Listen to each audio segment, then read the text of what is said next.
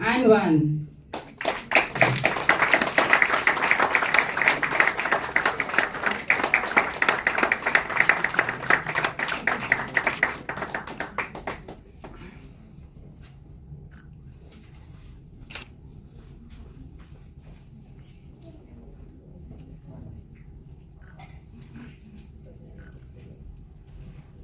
Let us celebrate this wonderful achievement with a huge round of applause. It brings such a great audience today. One who requested me to write the book, Sir Tomazino Cardo's well-known politician turned environment educationist, and my good friend Victor Hugo Gom, the man behind Goa Chitra and so many cultural anthropological initiatives of Goa in front of me. I have my inspiration, Padma Shri Advocate Norma Alvarez, my another inspiration, Dr. Cloud Alvarez, Dr. Pandurang Fedesai, and the luminaries who are present here. I'm very happy that on the occasion one day before of the World Environment Days, this book launch is taking place. So here I have made the attempt to present before you glimpses of Goa's unknown geological, hydrological, the engineering skill of the tribal people, about the aspect, for example,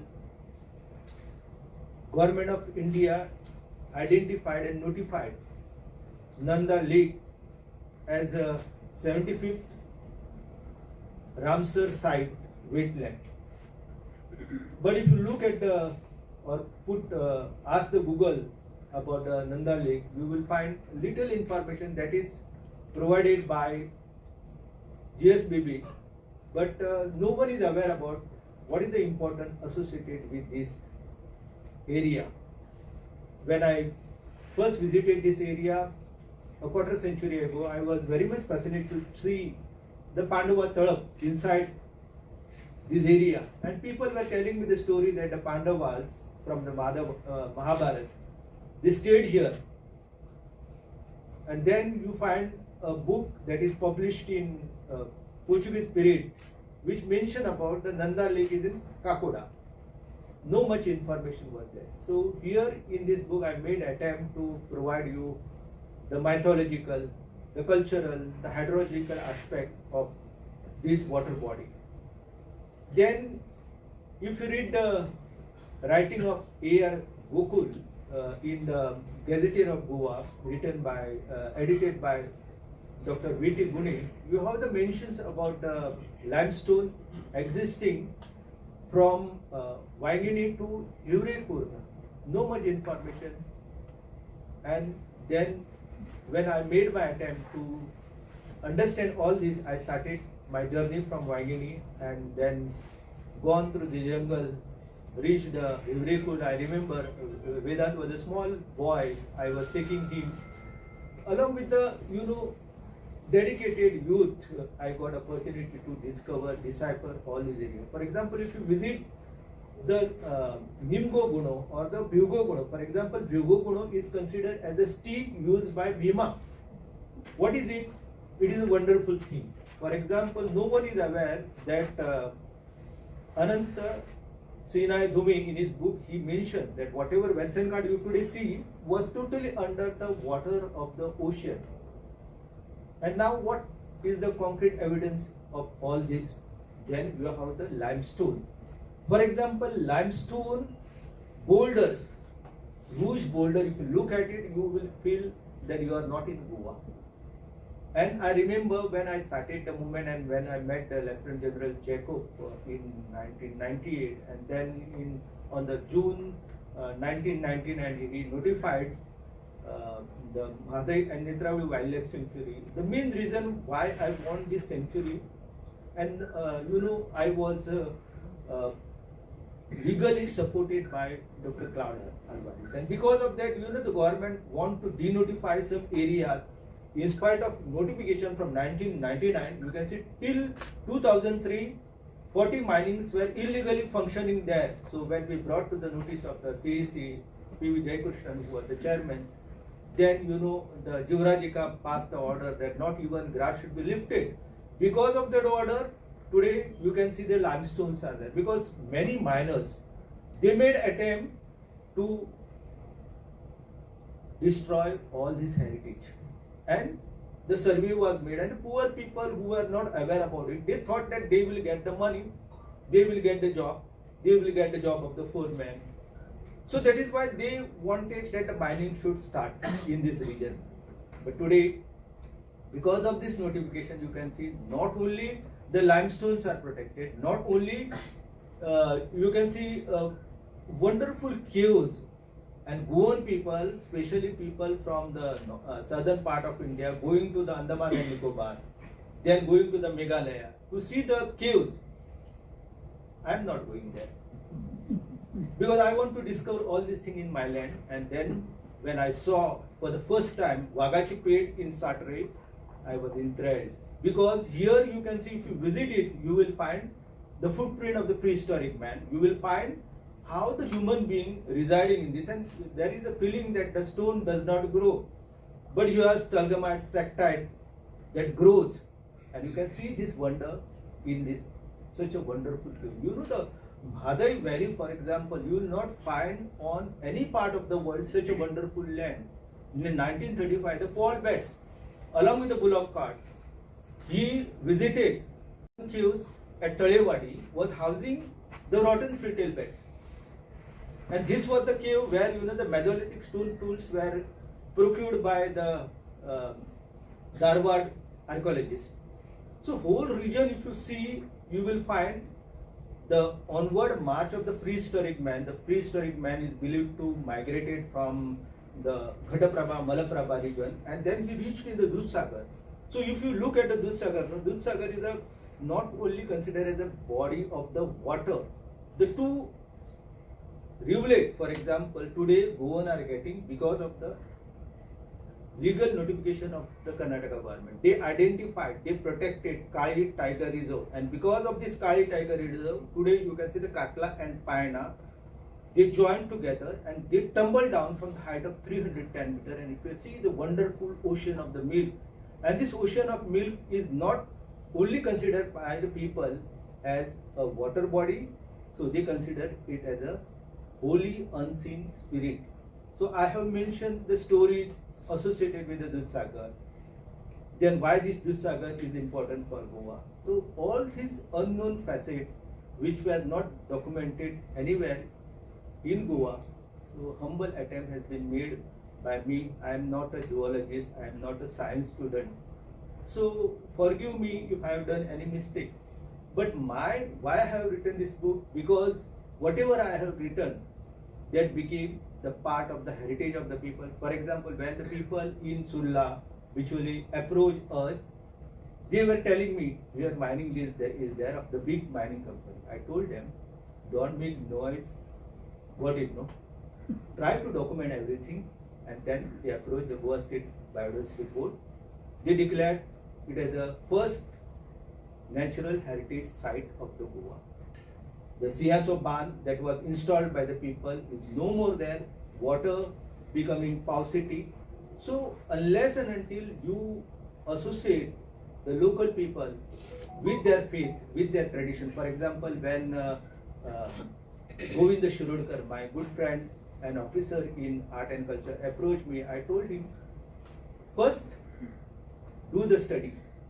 And he done the excellent study, and he garnered the support, and legally and scientifically Toyar Lake wetland was protected. The same bone well, for example, if you visit the bone well was totally on the verge of extinction, but because of the Arthur, you can see it was revived, it was protected. So all these areas which were connected with the local people, with their culture, so I have made attempt. For example, if you visit Dudhsagar river, you will find wonderful rock there.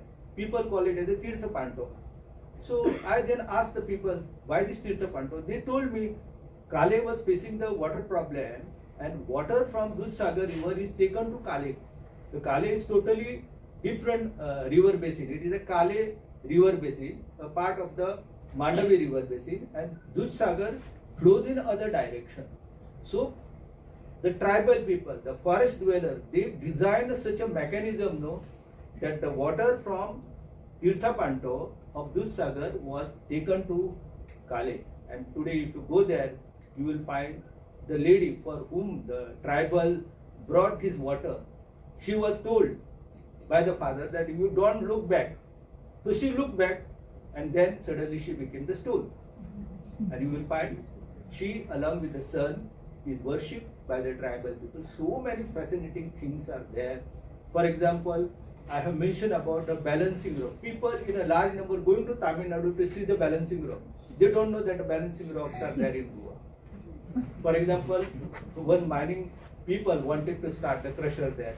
So everything now stopped because of the protection accorded. So my simple attempt is to protect legally and also culturally. So that is why if you visit the Bati area, in Bati you will find three places. One is Suryagad, then second one is Barazan, and third one is the Talavli. Talavli, not of Kunda.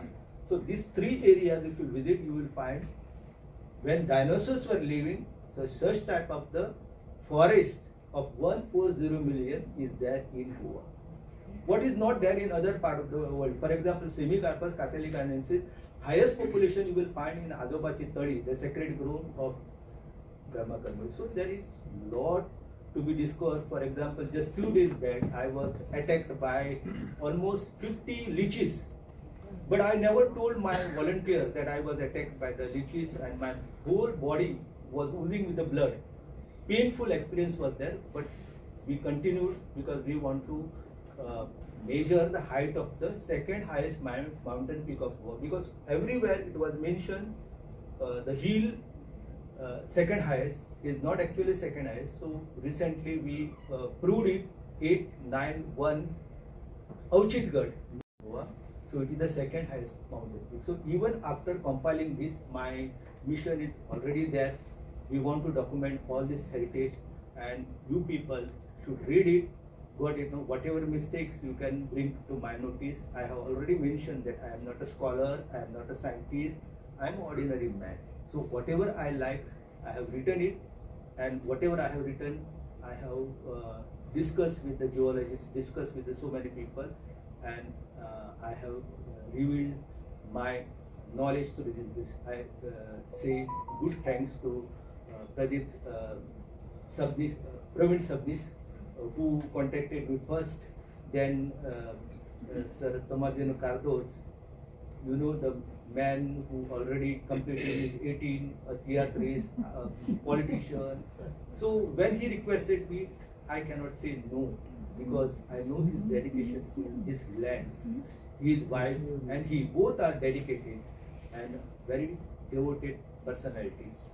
So on this occasion, I extend my heartfelt gratitude to my organization, Vivekananda Environment Awareness Brigade, for volunteers like Suryakant Gavkar or Vedant or Chandrakant Ukhale or Chandrakant Sindhi. All these students, youth got associated with me. For example, if you see, today the king cobra are coming into human settlement. Almost, one person, Pradeep Gaundwalkar, he caught 89 king cobra.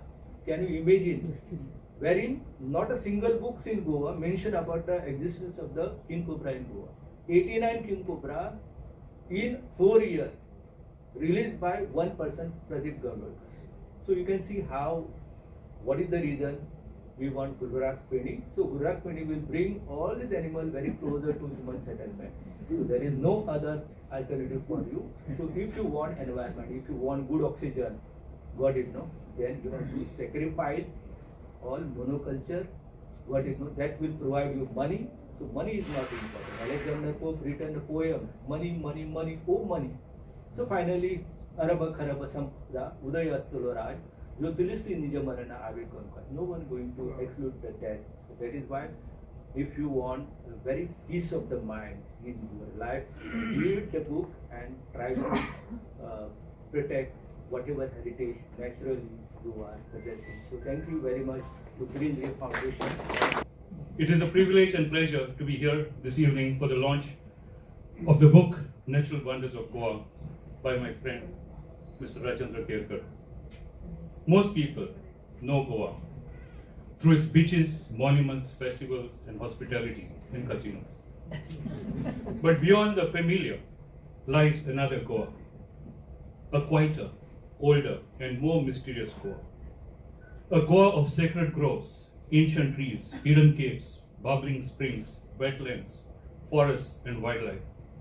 A Goa where every hill, river, lake, and forest carries a story waiting to be discovered. Natural Wonders of Goa invites us to rediscover that world. Through 38 fascinating chapters, Rajendra Kerkar takes us on a remarkable journey into the ecological soul of Goa, from descriptions about the state bird, flame-throated bulbul, state butterfly, Malabar tree nymph, to Satari's rich asset of Bivko and Nimko Gune as unique geological formations, from traditional agriculture, Kazan landscapes, to wetlands like Nanda Lake and various protected forests, sacred groves. This book reveals a side of Goa that many of us have overlooked, yet one that is vital to identity and survival. The Handi Kuris, also known as Cross of the Sluice Gate, located in Maina Kurturi in the south, as described by Rajendra, is a vital symbol of Goa's natural cultural heritage. The cross sits by the sluice gates of local lakes and marks the community's ancestral knowledge of blocking water channels to conserve water for a second paddy harvest. The community feast, celebrated annually as the Shetkarancha Fest, highlights a deeply rooted respect for nature. The rituals double as a community blessing over local irrigation work and biodiversity. During the feast, farmers and devotees mark vows and pray the rosary by tying knots in coconut or palm leaves. This unique practice preserves oral traditions and community bonding. The cross represents the deep historical integration of traditional agriculture, local ecology, and faith through community practices. Museums safeguard the memory of a people. Books such as Natural Wonders of Goa safeguard the memory of a landscape. Both are essential if future generations are to understand who we are and where we come from. What makes this book particularly special is that it is not merely written about nature. It is written from within nature. It reflects decades of walking Goa's forests and villages, listening to local communities, observing wildlife, documenting fragile ecosystems, and standing up for their protection. Rajendra Kerkar has been one of Goa's most dedicated guardians of nature. Through his work as an environmentalist, researcher, educator, and author, he has inspired countless people to look beyond the obvious and appreciate the extraordinary natural wealth that surrounds us. I would also like to congratulate Green Ray Foundation and its managing trustee, Tomazin Cardozo, and rest of the members of Green Ray Foundation for bringing this important compilation to life. And then we worked a lot on it. And also our Biodiversity Committee worked very much. First time when I went in, Sarpanch was cleaning the way with a small weapon, and it was beautiful and people were welcoming, and this could have been a heritage site. And suddenly one day we got a news. We got a news that, people are resisting. You please come to convince them. I went there, and what happened was I got convinced that they can conserve it better than us, and we did not declare it. But what was that narrative? When we went to that place, it is most near place from Western Ghat to the Arabian Sea. It is the most least proximity. That means most biodiversity. Godaya Pike, Dr. Pandranji is here, he knows this sacred group. And then what they told us, they believe that no outsider should be allowed to come in that sacred group. And because we thought of declaring, many people went there, many people, and one death happened in that village after a small delegation of some experts went there. And they felt that because they made it public, because they called people to the whole village came. They said the person died because all of it. It's a blind belief. It may be superstition, whatever it is. But their belief to conserve this ecosystem is based on this particular, what we call as biocultural protocol, eco-cultural protocols. They don't allow, and many things we have not understood through science. We are in a times where we are so much proud about science, but we have only documented 1.2 million species out of 8 to 9 million species which we don't know. And still we feel that we all our universities and all, we are intellectual. That feeling and ego of being intellect is so much. We need to meet person like Rajendra at least once in a week so that you become humble and come on the ground. I tell many people, go to GMC. If you feel too much of ego, once in a week you go to GMC, take a round. If you feel you are too big, powerful, just go and see what happens there. And if you are too much, danger, you go to people who are burnt and not treated. You will come to the limit of your money, your power, your chair, your prestige, or whatever you feel. And that is when you can become humble, you can come near to the nature. I have 1 or 2 points. The world is looking at OECM, which many of you may know, other effective measures for conservation. This is like declaring a sanctuary, declaring a heritage site. This is something new, it has come. And 3-4 years I have been hearing and I didn't like it. I said, well, very informal way of conserving, no notification. But world over it is happening. And when this came to India, I was on a committee who was making the guidelines for declaring OECMs. And interestingly, I found that this is covering those areas which cannot become sanctuaries, which cannot be declared as heritage sites, because people are residing. Like we have notified many wetlands and many people are still opposing. 10 are still in the cold storage, in the sense they are waiting to go for final notification. Tremendous opposition to notify. Because people feel that you will take away my wetland. This is the fear. My plot is there, which is not wrong also. But how do we find a golden medium? The problem is bigger. So that is why perhaps all over the world they say that you don't notify, you don't do. Then I said we already had this, we called it sacred group. We are not notified it. People is to conserve. But so when we talk of destruction, my last 2 points, I'll finish in 3 minutes. Last 2 points. Whenever we talk that destruction is happening, hill cutting is happening, this is fact. But I try to go to the root cause, and nature is, the surroundings are changing because morphology is changing, climate is changing, infrastructure is changing, the construction material is changing. We have better substitutes for laterite, which is fly ash, and I don't know whether that fly ash is made from some hazardous waste which might have emissions, and after 10 years we discover there is something called as SBS, sick building syndrome, which comes out of, I'm looking at architect because this is come 10 years later. So whenever a new supplier comes, I ask them, do you have a life cycle certificate? And they say no. Some technology comes in a lab, you do miracle in a test tube and a conical flask, you want me to adapt it for a bigger ecosystem, it needs total entire different thing.